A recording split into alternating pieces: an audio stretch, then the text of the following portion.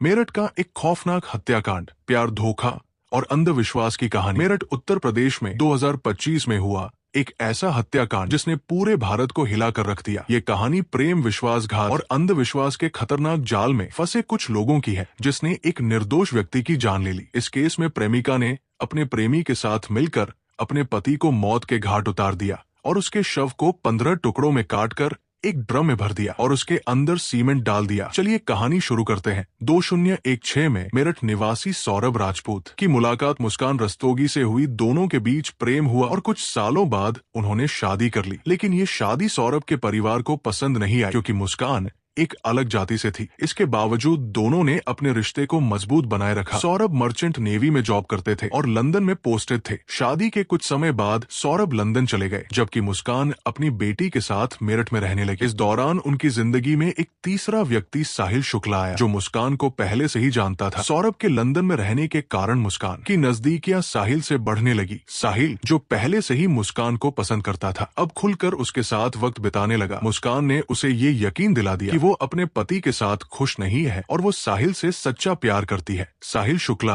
अंधविश्वासी प्रवृत्ति का था और आत्माओं, तंत्र मंत्र जैसी चीजों में विश्वास करता था। मुस्कान ने इस बात का फायदा उठाते हुए उसके लिए स्नैपचैट पर एक फर्जी अकाउंट बनाया, जिससे वो साहिल शुक्ला की मरी हुई मां के नाम से चैट करती थी।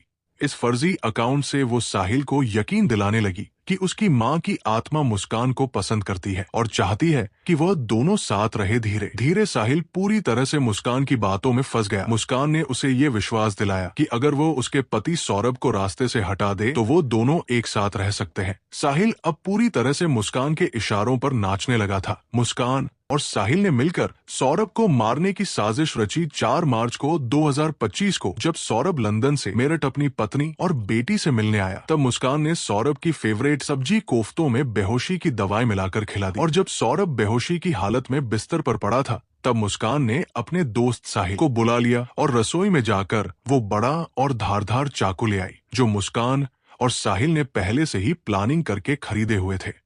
और करीब 20 मिनट तक साहिल ने मुस्कान को बताया कि कैसे उसे अपने पति का वध करना है। और फिर उसके बाद मुस्कान और साहिल ने सोते हुए सौरभ पर हमला किया और उसके हृदय पर 3 बार वार किए और घर में रखे कूलर को भी ऑन कर दिया ताकि उसकी आवाज किसी को भी सुनाई ना दे। जब उन्होंने सौरभ को खत्म कर दिया, उसके बाद वो उसकी बॉडी को बाथरूम में ले गए और उसके शरीर को 15 टुकड़ों में बांट दिया। सौरभ को खत्म करने के बाद उन्हें इस बात की चिंता हुई कि अगर सब बरामद हो गया तो पुलिस उन तक जरूर पहुंच जाएगी। इसलिए उन्होंने लाश को ठिकाने लगाने की योजना बनाई और मुस्कान बाजार जाकर एक प्लास्टिक का ड्रम खरीद लाई। मुस्कान और साहिल ने सौरभ के सबके टुकड़ों को उस प्लास्टिक ड्रम में डाल दिया और ऊपर से सीमेंट भी डाल दिया ताकि उसकी बॉडी की स्मेल बाहर ना जाए। और उसके बाद उन्होंने उस ड्रम को घर के एक कोने में रख दिया। इसके बाद मुस्कान और साहिल ने सौरभ के मोबाइल फोन से उसके सोशल मीडिया अकाउंट को एक्टिव रखा। उन्होंने सौरभ के अकाउंट से हिमाचल प्रदेश की शिमला की तस्वीरें और स्टोरीज पोस्ट की ताकि लोगों को लगे कि वो घूमने गया है।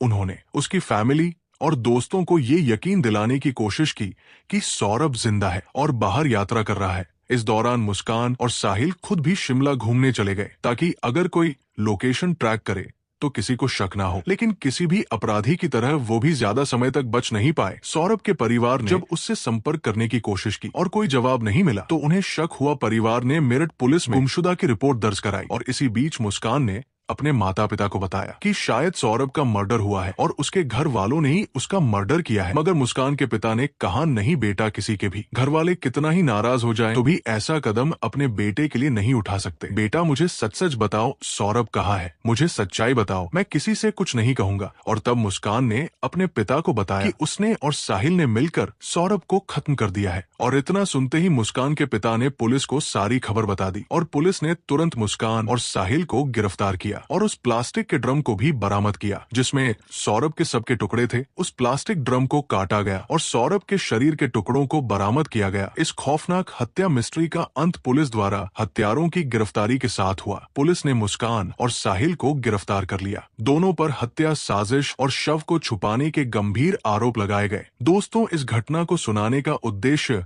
किसी को परेशान करना नहीं, बल्कि आपको जागरूक करना है, आपको सचेत करना है। दोस्तों, इस पूरी घटना के बारे में आपकी क्या राय है? कमेंट बॉक्स में जरूर बताएं और अगर हमारी मेहनत पसंद आई हो तो इस वीडियो को लाइक करते हुए शेयर भी करें।